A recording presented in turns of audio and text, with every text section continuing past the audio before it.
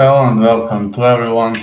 My lovely lads, I'm gonna go live with the breakdown of this upcoming event, CFFC 111. Whenever I have time, I'm doing these breakdowns, but I was having ups and downs, and today I was writing something. I need to get back to writing.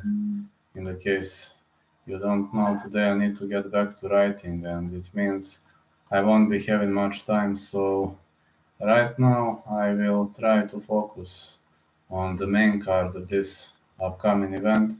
So the first fight is going to be Train Manley versus Isaac Watkins, and I will take a look at the odds. Trey Manley, let me just find it. Trey Manley. Isaac Watkins minus 290, Trey Manley plus 230. Trey Manley 310, 5'7", out of Memphis Judo Jiu-Jitsu Tennessee fighter. Let me see. I only watched this fight against Sam McAlpin. Isaac Watkins 100, fights out of Illinois, Gilbert grappling fighter, high level potential. I've seen how he barely outworked Victor Silverio, and he's getting a lot more chances to win, which is to some point understandable to me, but we mustn't write the other guy off because Manley is not that weak, and people are going to say, okay, man, but he's older, etc., etc. No, he's on a 3-fight winning streak, and Watkins might be better on the ground, but Trey has so Manley nose to strike. That's the fact majority of people ignore. And I think I'm going to go with the underdog here. So Manly to win plus 230. Then we are going to go with the next fight between Jonathan Piersma and TJ Welch. Jonathan Piersma 310, TJ Welch 220. Piersma 5'11" out of Rochester, New York, synthesis BJJ fighter. Superb grappler, just superb grappler. If you get dragged to the ground, you're fucked up. Everybody knows that. TJ Well, terrible well, 2-2-0. He is pretty much decent in the stand-up, in the exchanges, but Piersma is very chinny. He's very chinny fighter. Only lost to split decision to Charlie Radke. I'm pretty much sleeping on Piersma in this fight. So minus 400, I see Piersma winning. Piersma to win. Piersma submission would also be a decent odd. Here. I'm just thinking, yes, well, he's good with submissions, but Piersma's submission game is on a whole different level. I must say it's on a whole different level, and that's something we can't ignore because it gets better and better, and when somebody constantly improves, we mustn't ignore that fact, because if we ignore it, that's not going to be good for us. Now, the next one is the fight between Reginald Adams and Justice Lamparis. To me, this is the trickiest fight on the card. Reginald Adams is a tough fighter to deal with, very tough opponent. And Adams, according to my mind, 6'3", 5'10", out of law school, MMA, Memphis, Tennessee, United States of America. Lost to Jesse Stern via decision, defeated Zachary Hicks, defeated Antoine Muzelli, lost to Chris O'Connor. He's tough, man. I mean, Jesse Stern. We all know who is Jesse Stern. The guy competed at PFL. Justice, the Gavel Lamparis, 5'8", out of Louisiana.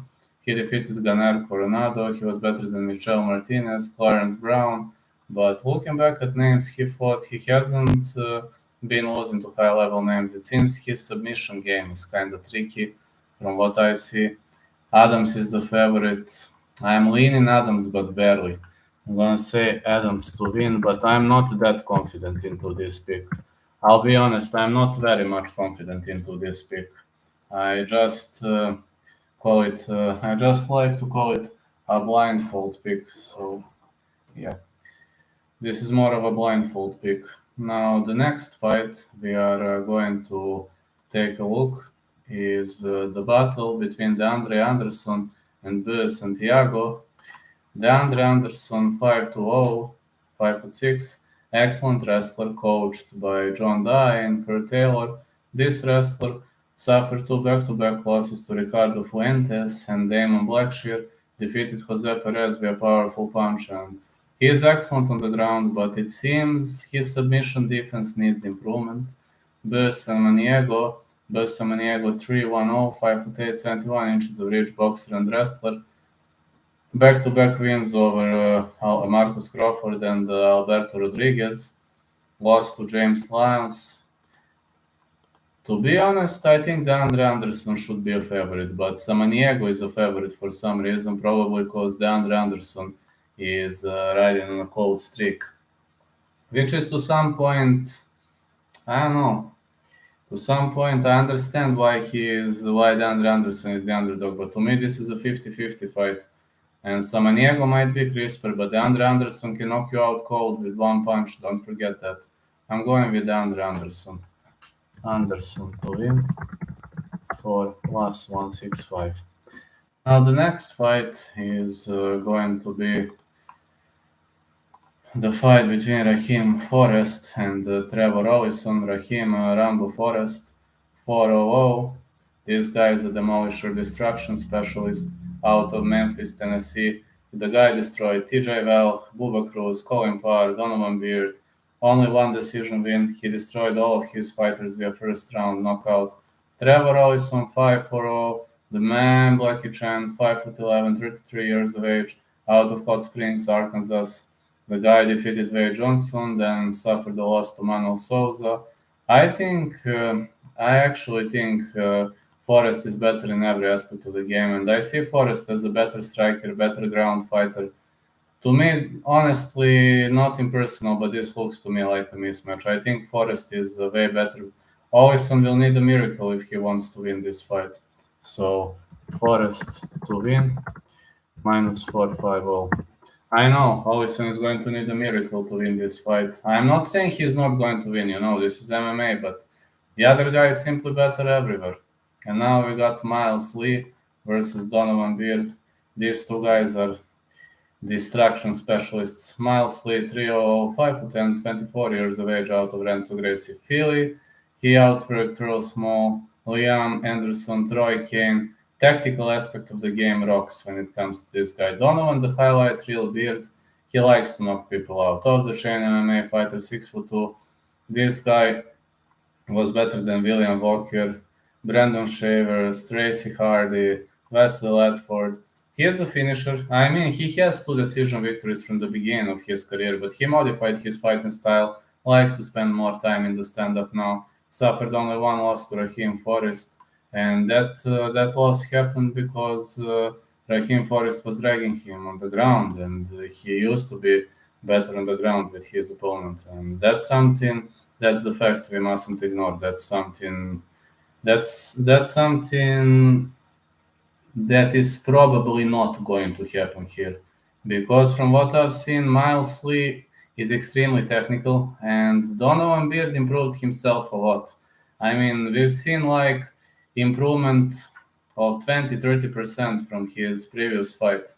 So Donovan Beard is a heavy underdog, I think for a reason, because Miles Lee is the master of tactical aspect of the game.